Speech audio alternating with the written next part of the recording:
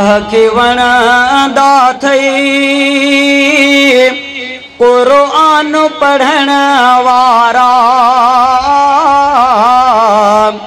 अल्लाह के वणंदा थई कुरान पढ़ण वारा ऐं सुहिणा ठहंदा थई कुरान पढ़ण वारा ऐं सुहिणा ठहंदा थे कुरान पढ़ण वारा।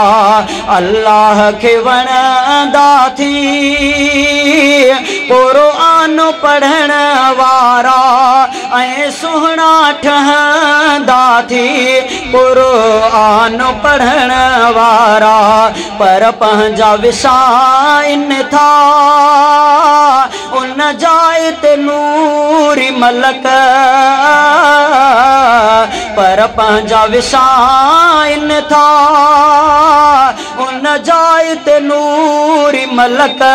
जहीं जाए ते घुमंदा थी कुरान पढ़ण वारा।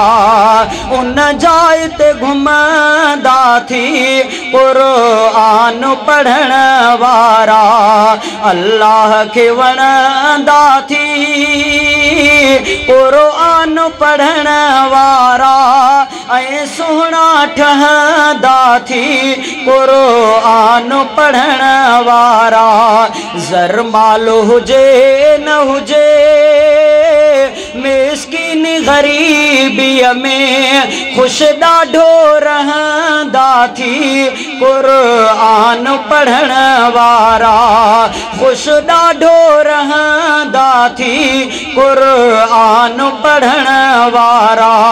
अल्लाह के वणंदा थी कुरान पढ़ण वारा ऐं सुहिणा ठहंदा थी कुरान पढ़ण वारा। तहरीर ऐं फ़तवा में तकरीर ऐं वाज़न में सचो सभ खे चवंदा थी कुरान पढ़ण वारा। सचो सभ खे चवंदा थी कुरान पढ़ण वारा। अल्लाह के वणंदा थी कुरान पढ़ण वारा ऐं सुहिणा ठहंदा थी कुरान पढ़ण वारा। दुनिया जे सुखने खे छॾे ॾिसु नफ़्स कमीने सां जंग जारी रखंदा थी कुरान पढ़ण वारा। जंग जारी रखंदा थी कुरान पढ़ण वारा। इस्लाम जी अज़मत लाइ दुनिया जी लालच खे लत हरदम हणंदा थी कुरान पढ़ण वारा। गुलज़ार चना आयल टरी वेंदी मुसीबत आ। गुलज़ार चना आयल टरी वेंदी मुसीबत आ। ओ जॾहिं दुआऊं घुरंदा थी कुरान पढ़ण वारा। ओ जॾहिं दुआऊं घुरंदा थी कुरान पढ़ण वारा।